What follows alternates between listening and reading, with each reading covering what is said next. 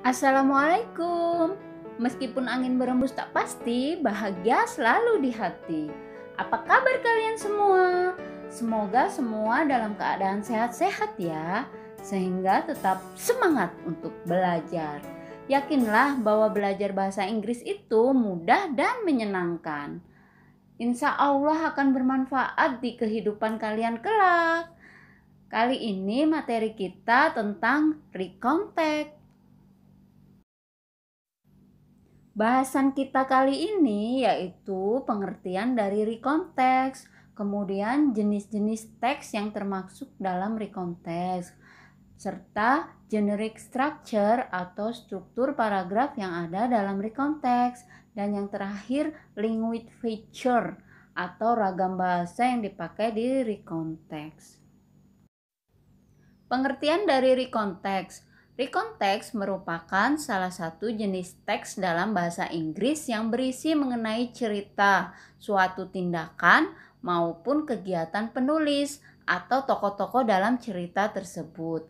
Kegiatan atau tindakan yang dimaksud merupakan pengalaman dari penulis yang diungkapkan melalui recontext. Biasanya tujuan recontext adalah untuk menghibur pembaca serta memberikan informasi. Oke, kita lanjutkan ke macam-macam jenis dari recontact. Yang pertama adalah personal recon, yang merupakan recontact yang memiliki fungsi untuk menceritakan pengalaman pribadi penulis. Personal recon merupakan jenis paling umum yang biasa digunakan untuk menulis teks recon. Contohnya misalnya my special moment, bisa juga my birthday atau my little cute brother. Kemudian jenis yang kedua yaitu factual recon, merupakan recontext yang memiliki fungsi untuk menyajikan laporan mengenai peristiwa yang terjadi berdasarkan fakta atau benar-benar terjadi. Contohnya seperti laporan mengenai percobaan ilmu pengetahuan atau laporan dari kepolisian. Oke, kita lanjut ke jenis yang ketiga, yaitu imaginative. Merupakan salah satu recontext yang memiliki fungsi untuk menceritakan peristiwa imajinatif. Contohnya, menceritakan pengalaman penulis dalam menghayalkan sebuah adegan yang dia dapat dari mimpinya. Jadi hanya hayalan dari penulis yang dituangkan dalam sebuah teks.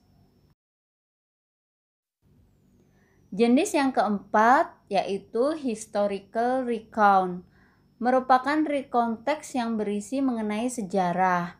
Contohnya recontext mengenai proklamasi kemerdekaan Indonesia, atau bisa juga perjuangan pahlawan Indonesia pada zaman dahulu.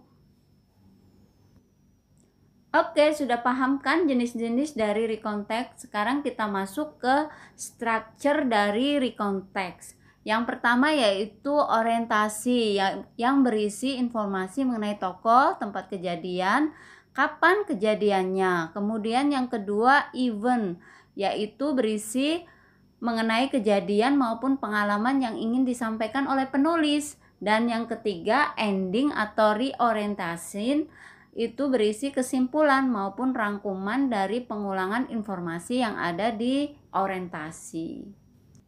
Nah, sekarang kita masuk ke language feature atau kebahasaan yang biasa digunakan di recontext. Biasanya menggunakan personal participant seperti I, my, me, dan sebagainya.